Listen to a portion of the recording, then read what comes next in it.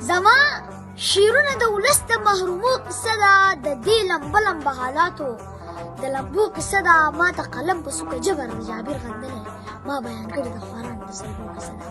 السلام علیکم مینوال ارمان سراج یم. مینوالو څنګه چې تاسو ته پته ده چې په سوات منګوره و دودیا حال کې زما د والد صاحب مخکتنه ده، نو تاسو او د 5 کتابونو مخکتنه ده او د هغې ټیم چې دی نو هغه به په 1 بجه باندې شروع کېږي. نو زموږ کم کتونکي چې دي هغو له دعوت ورکوم چې هغو راشي او ضرور راشي او په دې پروګرام کې شرکت وکړي.